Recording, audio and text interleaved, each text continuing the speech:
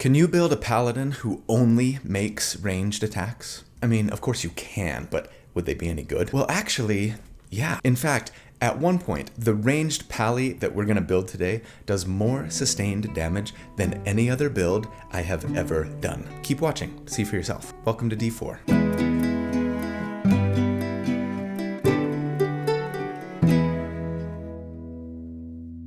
Hey everybody, so here at D4, most weeks I like to take a deep dive into character builds for my favorite role-playing games. I crunch numbers about them, I theorycraft about them, not so that I can tell you the right way or the best way to play a character, but to explore one potential way to build something in the hopes of creating a character that's both really fun, but also powerful to play.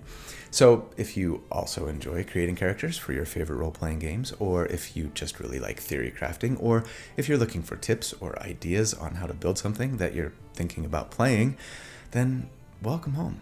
This is where you belong, and I am so glad you're here. So thanks for watching. My name's Colby.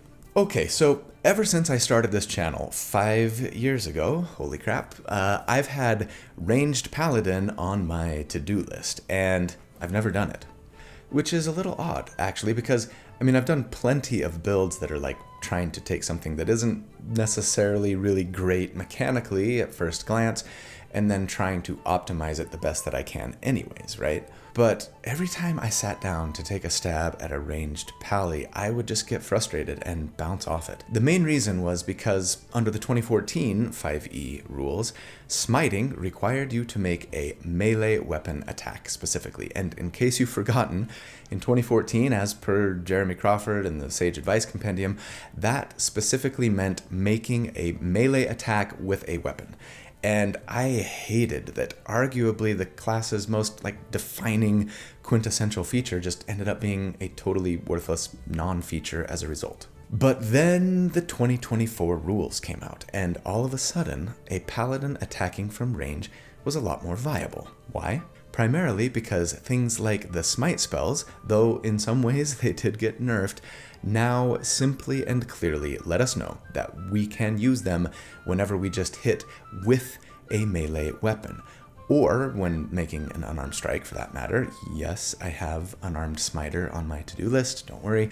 And thus, the ranged paladin idea became a lot more interesting and sort of viable because, as most people know, when you make a thrown weapon attack, unless you're throwing a dart, you are throwing a melee weapon, and that is now going to count for smiting. And when coupled with some awesome additions from the 2024 rules, like weapon masteries, it got arguably better in spite of the fact that all smites now require your bonus action to use. And I'm actually kind of surprised that it's taken me a year of 5.24 being out for me to finally get to this, but today is the day we will wait no longer. One extra note that I'll add, yes, I did consider trying to build an actual ranged weapon using paladin, a pally bow, if you will, and I think there's a potential build there, probably with a hand crossbow and a thrown dagger, or even better, a dart, I think. But in the end, after crunching numbers on a couple of different varieties of the build, I think a dedicated thrower is the better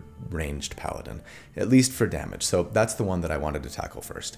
And plus, I mean, if I'm being honest, a paladin throwing a hammer or an axe and smiting from range just feels a little cooler and more conceptually paladin to me, I guess, and I'm guessing to most of you, right, than a paladin firing a crossbow. Not that doing something different and unique and atypical isn't cool and fun too, but yeah, I get a little more zing in my brain from the idea of a pally thrower personally. So that's the build I'm going to do first. Ready to jump in? I proudly present D&D build number 222. Ooh, that's fun. The ranged paladin, the thrown weapon smiter, the lobster. There's a lot of good ones here. Guardian of the throne. Throne, get it? Thronw. Oathflinger. Ooh, that's good. Nice Sanderson tie-in. The Holy Hand Axe of Antioch. Throne Cold Vengeance. The Yeet shall inherit the earth. Sir Flings a lot. That might be my favorite. I really like that one. Big thanks to the awesome, hilarious suggestions in the Discord, as always. I think I'm going to go with the one suggested by 13th Fox, the Chuckadin. Simple, to the point, descriptive. I like it.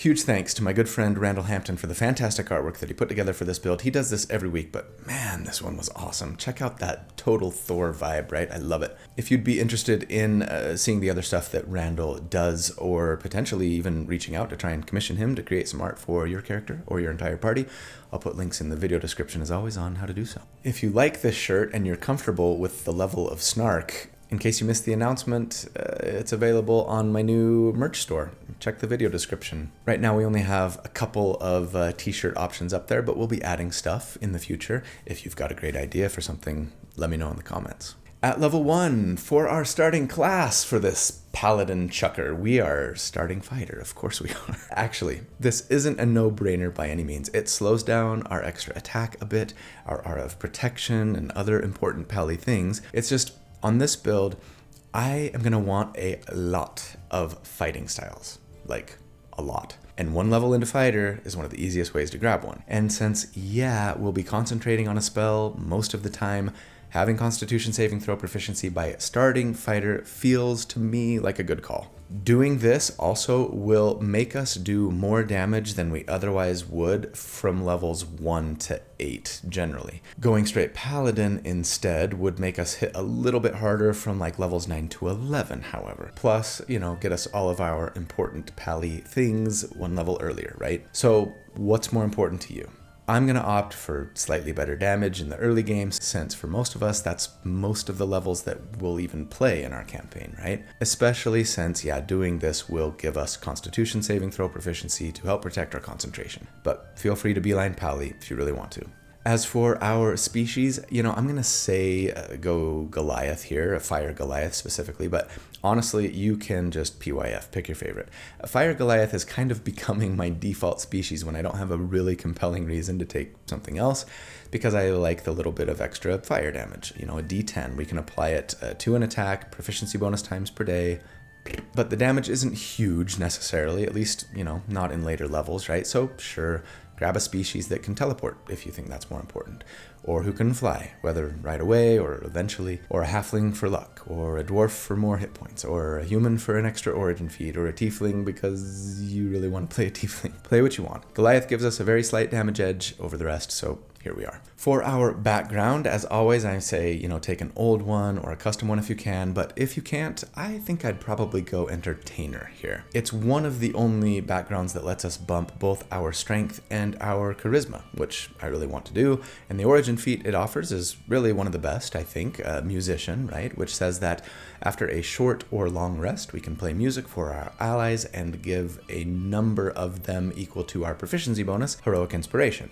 And that's pretty great. Remember, Heroic Inspiration lets you reroll any die immediately after you roll it, and that is always a great thing. That said, if I were able to do an old or custom background, I think I might take Alert as the feat here instead. Our dex isn't going to be great, and having advantage on initiative and being able to swap initiative with a willing ally might be even more important for this build, but there's no origin feat that's just a must-have, I don't think, so feel free to go another route if you really want. As for our starting ability scores, I assume that we go the point buy method as always and say let's take a 15 strength plus 2, a 15 charisma plus 1, and then a 14 constitution.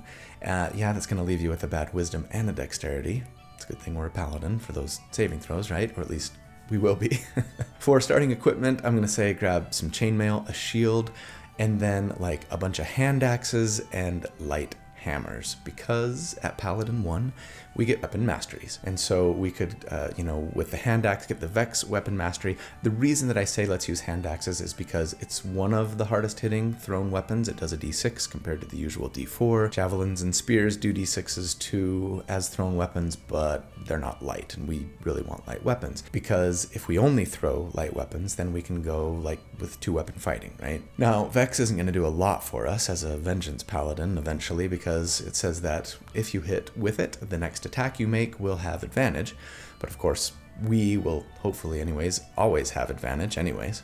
But hey, that's not coming for a few levels, and maybe you're having lots of combats between rests and run out of channel divinity charges. So in that case, yeah, sure, it'll come in handy. The other mastery, though, Nick, which we can get on a light hammer, or sure, a dagger if you prefer.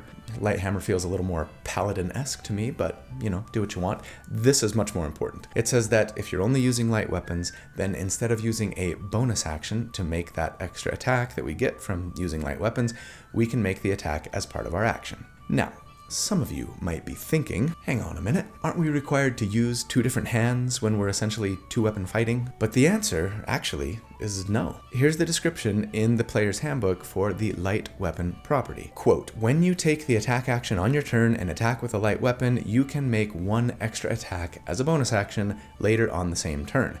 That extra attack must be made with a different light weapon, and you don't add your ability modifier to the extra attack's damage unless that modifier is negative. So even though it goes on to give an example of using a different weapon in each hand from that point, right? The only requirement is that you use a different weapon, not that you use a different hand to make that attack. And since thankfully in 5.24, we're told that we can draw or stow a weapon as part of the attack we make with it, we can equip a shield and just throw an axe and then throw a hammer or a dagger, right? All with our action, all with the same hand.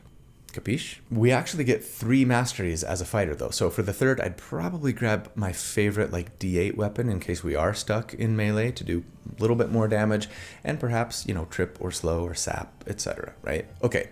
As a fighter 1, we also get a fighting style. And I think priority number 1 here is to grab dueling. This gives us a +2 to damage with one-handed melee weapons as long as we're not holding a different weapon in our other hand. And yes, as we've just explained, we're not. So yay. Some of you may have a question on whether or not we can benefit from dueling if we are throwing the weapon, right? I've gone over this many times on different builds in the past, but I'll just say this has been clarified by Jeremy Crawford, even though he's now working for Darrington Press. And I believe the old Sage Advice Compendium, I could be wrong there, but if you need to look it up, please do so. Or if you want to argue about it in the comments, please do so as well. Why go dueling instead of the thrown weapon fighting style? Well, the thrown weapon fighting style only applies if the weapon is thrown. So dueling gives the same benefit, right? +2 to damage, but lets us make melee attacks if we need to because somebody's all up in our business. We also then finally get a second wind here so that we can twice per day, regaining 1 use of it on a short rest, heal ourselves with a bonus action for a D10 plus our fighter level. But at level 2, our hero has realized that they need a little bit more structure in their life, I think. That could be in the form of religion, or it could be that they want to otherwise bind themselves to a code or to swear to uphold a particular ideal. I don't know why that is for your character, but I'm guessing that something tragic has perhaps happened to someone or something that you love, and you now set yourself on a path of revenge. Work it out with your DM, but whatever your reasons, yes, we are taking paladin levels now. But you know who I would swear an oath of vengeance for? My channel members and patrons. Quick shout out to you guys. You are the best. Thank you so much for all that you do for me, for this channel. Your support lets me do what I do. And without it, I could not do what I do, so thank you. If you're not a member or a patron, I'd love it if you'd consider joining. There's a button down there that says join, or in the video description, you see my Patreon link. I give all of my membership perks to all members and patrons as long as they sign up at the silver level or higher. That's $2 a month, and I just ask that you pay what you feel it's worth and what you think you can afford. But those perks include access to the library of write-ups that I create for all of my builds so that you can more easily recreate them yourself if you want, access to the community Discord server, and access to the live monthly Q&A hangout sessions that I do. I just did one last week with Will from D&D Shorts. It was a lot of fun. But if you can't or don't want to support the channel in that way, that's fine. Just watching, liking, subscribing, all of the things, right? That also is a great way to support me, so thank you. Okay, but yes, at level 2, we would be a Paladin 1, and that means we get more weapon masteries. First off, I'm just going to say PYF here. We get 2 more of them. Our fighter ones can be swapped out with just a long rest, which is nice. But our Pally ones require us to gain a level in Pally in order to change them, right? So yeah, maybe pick up another thrown weapon. You could grab the dagger if you didn't have it before, or maybe another one-handed D8 weapon to get some debuff versatility. But then we also get lay on hands, which is super nice. It gives us 5 lay on on-hands points per pally level, which we can use as a bonus action and with a touch to heal 1 hit point per point spent, or to cure poison for 5 points. And then, yes, we get paladin spells. I think I would grab Bless and concentrate on it for now to add a d4 to the attacks and saves of 3 party members, so good. Cure Wounds is nice for some backup healing if need be, but maybe the most important spells for our purposes anyways are Searing Smite and Divine Favor. Searing Smite is the new best smite for spell damage spell, once you get to level 2 spell slots anyways, as it adds a d6 of fire damage with your bonus action, like all smites, right, when you simply hit with a melee weapon, as we've said, and we're definitely doing that, even when we throw them, yeah, plus another d6 of fire damage at the beginning of the enemy's turn. At the end of their turn, they can make a constitution save to try and end the burning condition, and for the record, I always just assume that they make that save, though of course sometimes they won't, meaning maybe I'm sandbagging the damage a bit here. But that's okay. There are precious few things that I tend to sandbag in my character builds. Anyways, the damage scales up by a d6 on both the initial hit and the subsequent burning damage, right, for every level that we upcast it. So as a second level spell, it's a minimum of 4d6 damage. That's really good. As for Divine Favor, it's kind of amazing in that it adds a d4 of radiant damage to all of our weapon attacks, again, regardless of whether they're melee or ranged, and while that's not a ton, right, just a d4, we're going to be making a lot of attacks on this character, so it really does add up. It costs a bonus action to cast, but it doesn't require concentration anymore, and that's incredible. At level 3, we would be a Paladin 2, and that means we get another fighting style, and naturally, yes, we are going to want to grab the thrown weapon fighting style, which adds 2 more damage to all of our attacks when we throw the thrown weapon, so now we're up to +4 per hit just from our fighting styles. And I mean, to put that in perspective, that's as good as Great Weapon Master would be at level 9, right? With a heavy weapon. Sure, it took us 2 fighting styles to get there, but it's a pretty nice little bonus. We also get Paladin's Smite here, which basically just says we always have the Divine Smite spell prepared and can cast it once per day at level 1, which does 2d8 radiant damage on a hit with a melee weapon, even a thrown one. Though yes, we have to use our bonus action now to activate it, unfortunately. It'll still be a nice little damage bump for us when we need it, and I guess I should probably mention, generally speaking, if you're one of those players who likes to wait to smite until they see if they crit, well, if you crit, you're probably going to get more mileage out of Divine Smite than you would Searing Smite, just because it's doing like all of the damage on the crit, right? I think with Searing Smite, you'd get like that little bit of fire damage now to double, but then the burning tick that comes later is not going to be doubled, right? So just keep that in mind. At level 4, we would be a Paladin 3, and that means we get Channel Divinity. Also 2 uses of this per day, recovering 1 use on a short rest, and we can use it for one of 2 things. Divine Sense, to help us detect nearby celestials, fiends, or undead, or something from our subclass, our Oath, which, yes, we get right now too, and yes, as I've said, we are going with the Oath of Vengeance, which is just so very, very good. It first up gives us some new Oath spells. We get Bane and Hunter's Mark. Both of these are situationally pretty nice, despite what you may have heard to the contrary, especially at early level. Bane is basically the anti-blessed, to subtract a d4 from the enemy's attacks and saves, right? And Hunter's Mark adds a respectable d6 of damage to each attack, though yes, famously, it both requires concentration and your bonus action to like cast initially, but then transfer to someone else when your target is dead. That's a bummer, and means I'm just not going to be using it on this build because we have way too many things that we want our bonus action for. But the real reason that we're here, of course, is for the vastly improved in 5.24 Vow of Enmity, which is the way that Vengeance Pallies can use their Channel Divinity, right? To use it, we simply take the attack action and utter a vow of enmity, no bonus action or anything required. For the next minute, we have advantage on all of our attacks against the enemy that we sort of take that vow against, right? And then if they die, we can transfer it to someone else, no action required. Woof.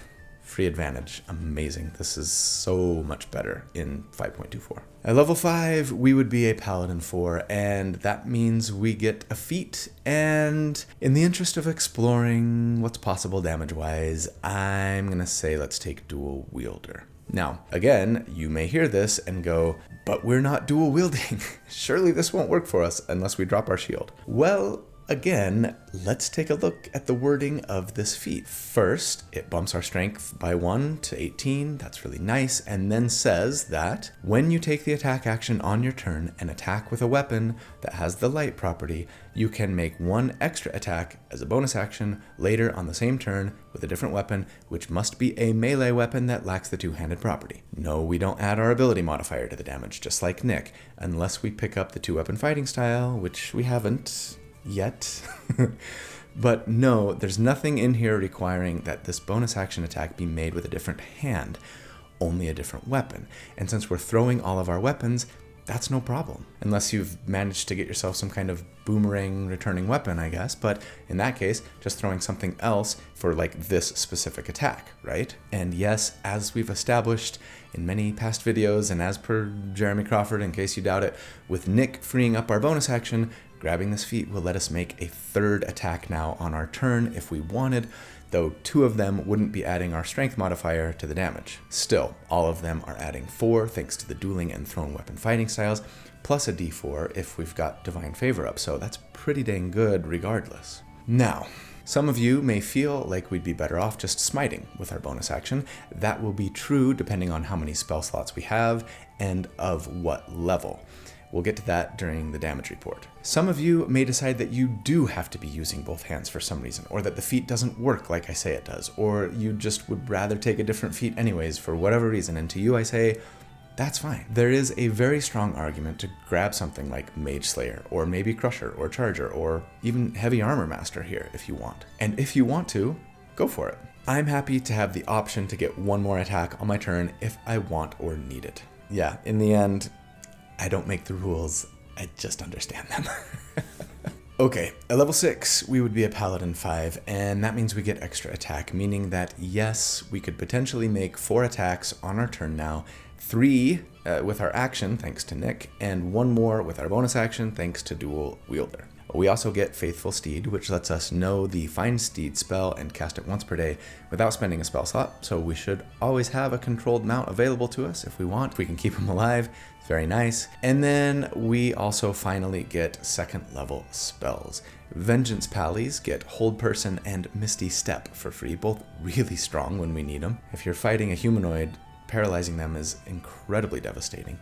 And everyone loves Misty Step. But other than that, sure, grab Aid to increase max hit points and, heal for 3 of your party members, Lesser Restoration for a little cure-all, and the best tank spell in-game, Warding Bond, to bump the AC and saving throws of an ally by 1, and then, split the damage with them anytime they get hurt. But at level 6, it's time for our first damage report, so let's talk about what combat is going to look like for us here, ideally. On round 1, with our bonus action, we cast Divine Favor. A d4 for every hit is going to pay dividends when we look at damage averaged over a 4-round combat encounter, which I do. We would then make 3 thrown weapon attacks, 2 with a d6 hand axe and 1 with a light hammer or dagger that doesn't add our strength modifier to the damage. And sure, if we hit, might as well throw on a d10 of fire damage from our Fire Goliath species, right, if we went that route. We can do that 3 times per day at the moment. On subsequent rounds, I think we're better off ignoring Hunter's Mark. It's too bonus action dependent and just using Searing Smite with our bonus action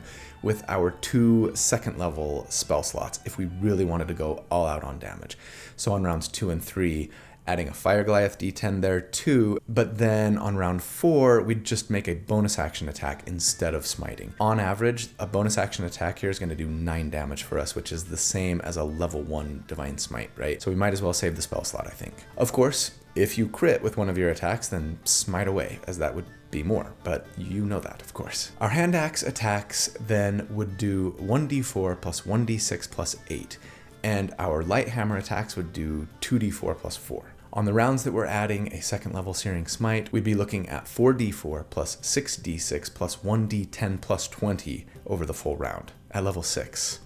That's really good. And so against enemies with a 10 AC, on average here we would do 53 DPR, and against a 15 AC, it would be 49 damage per round. And that's better than any build for single target sustained damage that I've ever built. I did not expect that. Calling down Divine Vengeance from afar. Dang, that's freaking awesome.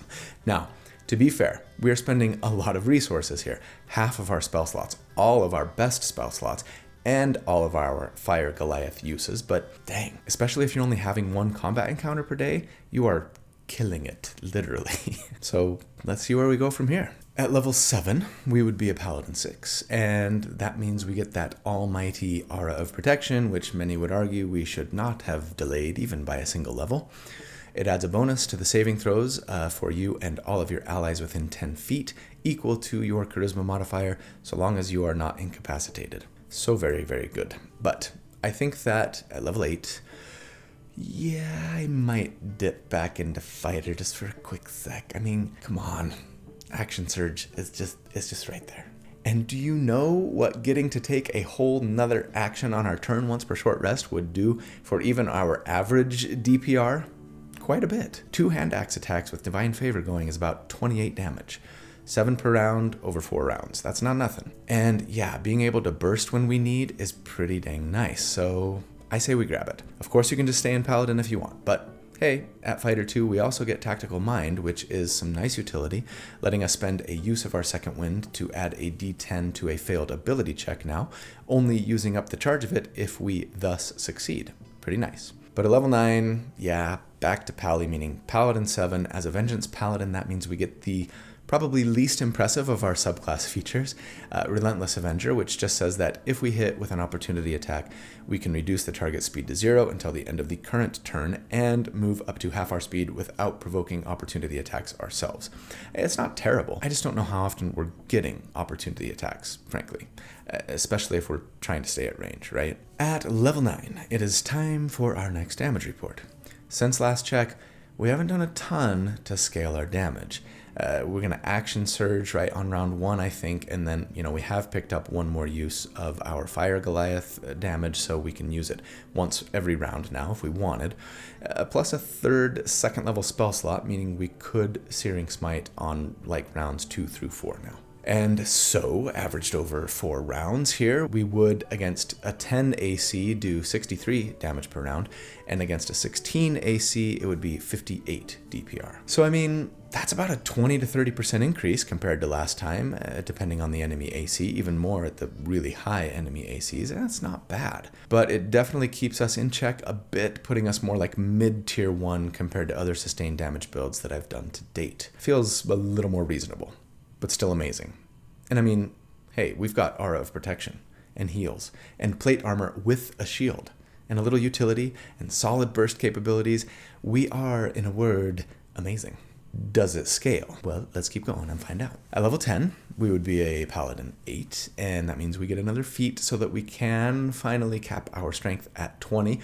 Obviously, you could take Mage Slayer or some other strength half feat to get yourself some utility and or defense while you slowly cap your strength, but I've got other feats to get to, so I'm going to take strength of 20 here. At level 11, we would be a Paladin 9, and that means we get Abjure Foes, and this is a super solid feature. It lets us use our Channel Divinity and an action to force a Charisma modifier number of enemies, so 3, within a whopping 60 feet to make a Wisdom save or be frightened for a minute or until they take damage, and while they're frightened, they can only move or take an action or take a bonus action. Really solid control and debuff there. It's worth using in a lot of situations. But we also get 3rd level spells. Vengeance Pallies get protection from energy, solid defensive buff if you need it, and then famously haste for free. But do we use haste here? Well, in addition to those spells, I would here grab Aura of Vitality for an incredibly efficient heal. Blinding Smite is fun for damage and a potent debuff. Dispel Magic is always useful. Revivify is a great in case of emergency death option. But then there's, yes, Spirit Shroud. Okay, let's break it down here. Haste is amazing. 1 extra action per turn, though it can only give us 1 extra attack if we use that action to attack, right? We get a +2 to armor class and dexterity saving throws, which we could really use, double our move speed. It does have a huge downside in that when we lose concentration on it, we are incapacitated for a round, but we've got a great armor class and a really great concentration check thanks to starting fighter and having Aura of Protection, right? Honestly, the spreadsheet says that this would be the best thing to concentrate on here if it weren't for the fact that it takes an action to cast. it would mean that on round 1, we could just make one attack and then a bonus action attack because we're using light weapons. We couldn't smite that round because, we've cast a spell with a spell slot, right? So 2 decent but not great attacks on round 1, kind of arguably the most important round of the combat encounter, feels pretty bad. We could action surge to make up for it, but would we be better off using Spirit Shroud? I think the short answer is yes, at least for damage. Don't forget the other benefits from haste, as well as the massive penalty if we drop it, of course. But for damage, Spirit Shroud simply increases the damage that we do with all of our attacks by a d8. And since we're making 3 or 4 attacks per round, 5 if we cast this and then action surge, right? That just adds up to a ton of damage. And since it's a bonus action to cast, it doesn't slow us down nearly as much as haste, ironically. That said, there's one pretty big drawback to Spirit Shroud, and it's that we only get that extra damage if the enemy is within 10 feet of us. And we're trying to be a ranged character, right? But I mean, to be fair, we've never had a massive range or anything. Thrown weapons only get a 20-foot range if we don't want disadvantage. Javelins are more, but they aren't light. So I guess I don't feel too bad about having to be just 10 feet closer. And hey, enemies who start their turn within 10 feet of us have their speed reduced by 10 feet for a round, which is nice. And we get to choose if the extra Spirit Shroud damage is radiant, cold, or necrotic, which is nice. Personally, I'd say prepare Spirit Shroud. Haste is free, and use both and see what you like better. Spirit Shroud gives a slight edge on the spreadsheet, but it's only slight, for now anyways. So I'm going to assume that we're using it when I crunch numbers, but using haste wouldn't be a bad idea by any stretch, especially if you wanted the other benefits that it gives and wanted to still be able to attack from 20 feet away. At level 12, we would be a Paladin 10, and that means we get Aura of Courage, which is a pretty sweet buff to our Aura of Protection, making it so that we are all immune to the Frightened condition while within the Aura. But level 13 has us really excited because as a Pally 11, we get Radiant Strikes, which simply adds a d8 of radiant damage to, yes, every attack with a melee weapon or an unarmed strike, and we love that a lot. And it's just in time for our next damage report. Since last check, we've seen some really nice bumps to our damage in the form of a d8 to every attack from Spirit Shroud and a d8 to every attack from Radiant Strikes. 2d8 per hit, buenissimo. We also capped our strength, picked up one more use of our Fire Goliath strike if we want to use it. I'm going to say we're using 2 of them on round 1 now. That's when we're action surging too, so we've got some pretty decent burst damage going. And also added some nice defensive, support, and even control options to boot. One question, do we keep using Divine Favor? That would mean Spirit Shroud with our bonus action on round 1 and Divine Favor with our bonus action on round 2. That feels like a lot of using our bonus action for setup. Well, if we instead would have done a 3rd level Searing Smite, that's 21 damage on average. If we would have instead just made a bonus action weapon attack, it'd be about 16 on average. With Divine Favor, adding a d4 to all of our attacks from rounds 2 on, that gets us a gain of about 23 damage on average, assuming we're just making 3 attacks per round and smiting with our bonus action on rounds 3 and 4, right? Which I assume. So yeah, Divine Favor is giving us a slightly more overall damage when we use it over a 4-round combat encounter, even if we don't get to it until round 2. But of course, you're perfectly fine to just start smiting on round 2 if you want, especially if doing so would kill an opponent where Divine Favor wouldn't quite have gotten the job done, or if you get a critical hit, right? Of course, you're going to want a Divine Favor with your bonus action first, so you kind of need to choose right at the beginning, right? I mean, alternatively, you could just conserve your spell slots and make a bonus action attack, maybe waiting until the end of the round to see if you crit first. And of course, there will be times when you're going to need Lay on Hands or Misty Step, etc. But yeah, we're just exploring the extent of what's possible, damage-wise, as always. And so, against enemies with a 10 AC here, we would now do 98 damage per round on average, and against a 17 AC, it would be 92 DPR. So close to that Centennial barrier, but looking really fantastic.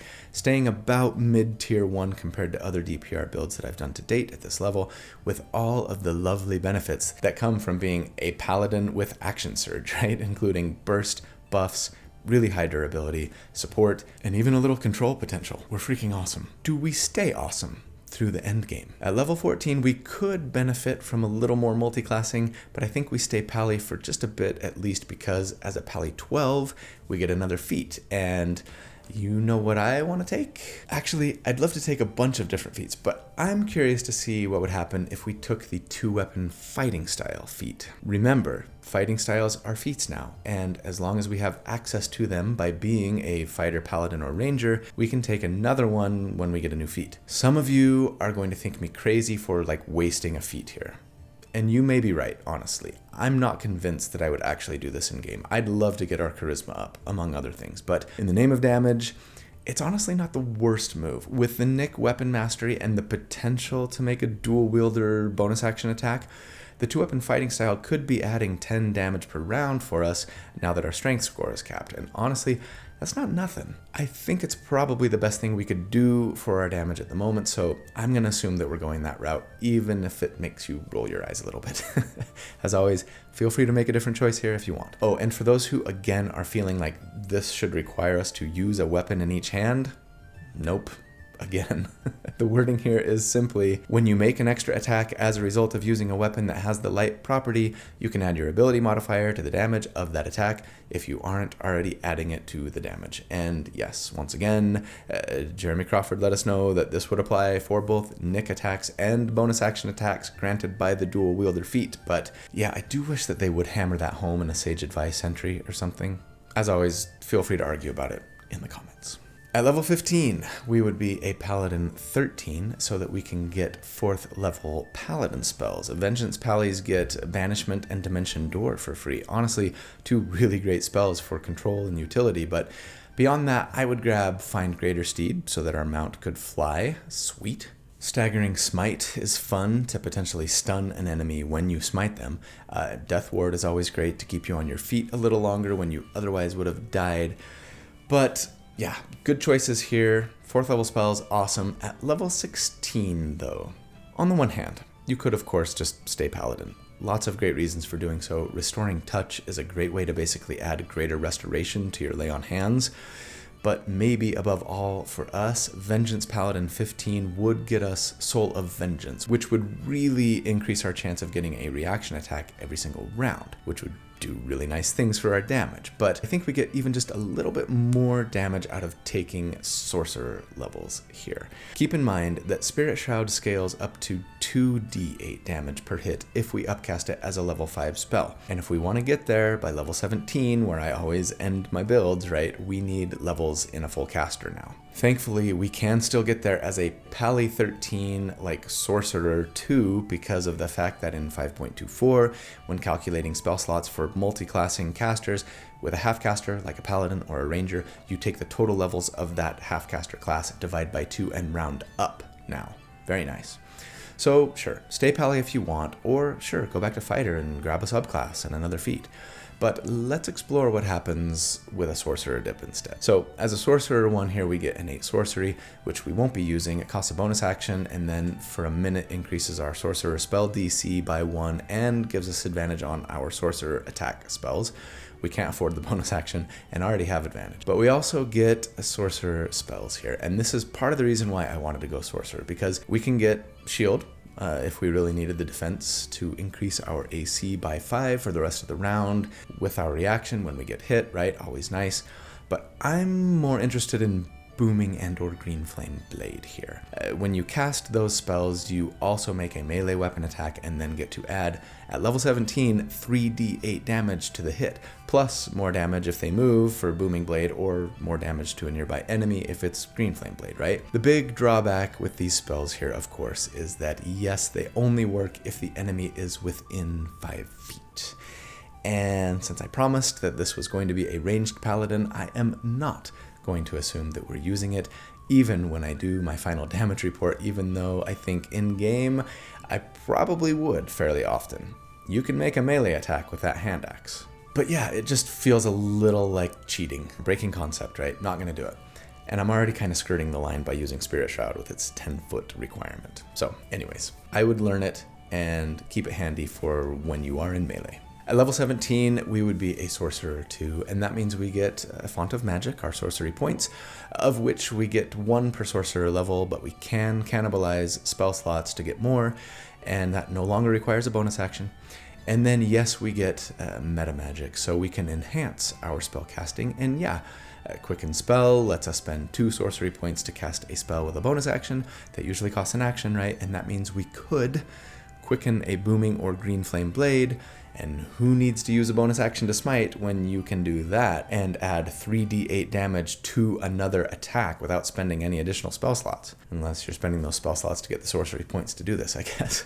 But, I mean, you could also quicken haste here, which would be really nice, letting us use it on round 1 without feeling nearly as punishing. As for the other meta magic option to take here, Subtle Spell is always great and worth considering, but I think I would be more inclined to go with Extended Spell here. For 1 sorcery point, it lets us double the duration of a spell we cast. That's nice, but more importantly for us, it gives us advantage on concentration checks for that spell too. And since we never took Warcaster, that would really help shore up our concentration. With Aura of Protection, our constitution saves are at plus 11 right now. Add advantage to concentration checks and we're in a really great place if we use Extended Spell. But then, yes, thanks to multiclassing, we do get 5th level spell slots now so that we could upcast Spirit Shroud, were we to waste such a precious resource on something as mundane as more damage. So, okay, it's our final damage report. Should we upcast Spirit Shroud or should we quicken haste? We've added 5 damage to our Nick and bonus action attacks, should we make them. Increased our spell slots for bigger smites. What gives us the biggest numbers? Well, as great as haste is, yeah, Spirit Shroud wins now by about 10% or so. Adding 2d8 to every hit plus the 1d8 we're already getting from Radiant Strikes is just kind of awesome. But again, if you want a bit of a longer range and the other benefits that haste brings, go for it. I doubt you'll even really be able to tell the difference in game for the most part. And, you know, if you have 2 combat encounters in a day, well, you can use Spirit Shroud for 1 at the 5th level and then Quicken Haste for the other. Oh, and something else slightly interesting. If you are going Spirit Shroud, then thanks to the fact that we have 4 4th level spell slots for smiting now, if we wanted to use them all in one glorious round of combat, we'd be slightly better off smiting from just round 2 on and ignoring Divine Favor. But again, the damage is close, and I mean, if you'd rather save that 4th level spell slot in exchange for a 1st level Divine Favor slot, right, for almost the same amount of damage, you wouldn't be crazy. Then again, more damage now versus almost the same amount of damage eventually, you get it. Lots to consider, no bad choices really. I just want us to know our options. In the end though, assuming that we're casting an Extended Spirit Shroud on round 1 and just smiting our guts out every round thereafter, averaged over 4 rounds, against a 10 AC, we would do 128 damage per round, and against an 18, it would be 120. DPR. Another nice increase, keeping us kind of just middle of tier 2 compared to other DPR builds, which I've done to date at this level, which is, yeah, a great place to be. So, let's go over some final thoughts here. The tier score for this build, if you take the damage that they do at each armor class that we calculate for, at each of the 4 damage reports, average it all into one big number, we end up with a 75, which puts us just kind of in the upper half of tier 1 for damage. So, I mean, I don't know if there's anything super complicated to say here in the end. Maybe above all, we should note, we're almost all Paladin here. That alone means we're a pretty solid character regardless of how we build, right? But you look at the damage they're doing through tier 1, better than any other build I've done to date, combined with the fact that they're in heavy armor and can still wear a shield, like, those things alone make this unique and a powerhouse. Right up there with the Eldritch Knight sword and board, sword and stick build that I did a few months ago. But this character is a half caster rather than a 1/3 caster with loads more support and burst potential. Now, sure, to get to the numbers as I present them, it requires blowing most of our best resources in a single round of combat. Thanks to Nick and the dual wielder feat and later the haste spell, we can get pretty close to these damage numbers by spending far fewer resources. Maybe even just saving smites for, again, when we crit, right? And being able to do it all from range, even if it's just a mid to short range, just makes it that much more impressive. One thing that I will say that would probably be my number 1 concern for this build if I were to play it in game: magic weapons. The big drawback to thrown weapons over melee and even traditional ranged bows and things is that, like, yeah, once you throw the thing, it's gone. And while a great sword, great weapon master character can get a ton of extra damage out of, say, a flame tongue weapon, right?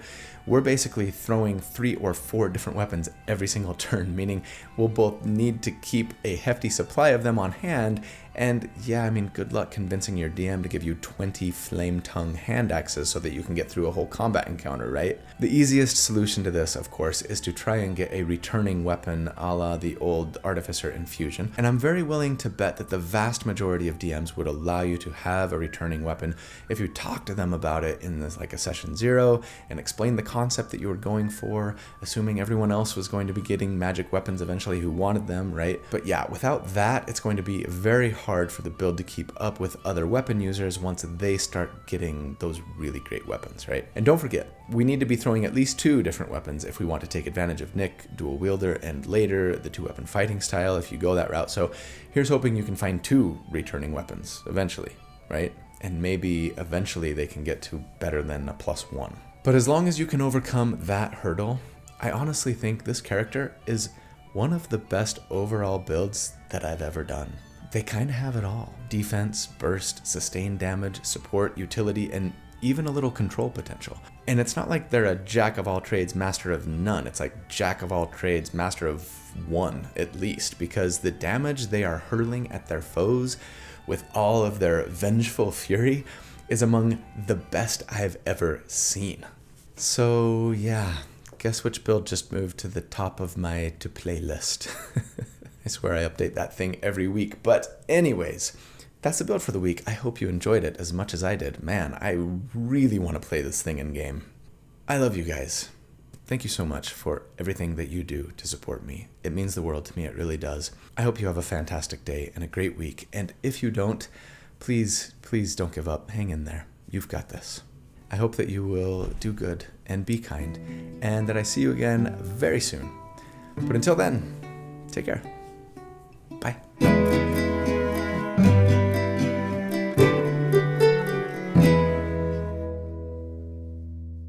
Oh, I'm done hiding, now I'm shining like I'm born to be. We're dreaming hard, we came so far now, I believe. We're going up, up, up, it's our moment. You know together we're glowing, gonna be golden. Oh, up, up, up with our voices. Something in Korean, gonna be golden.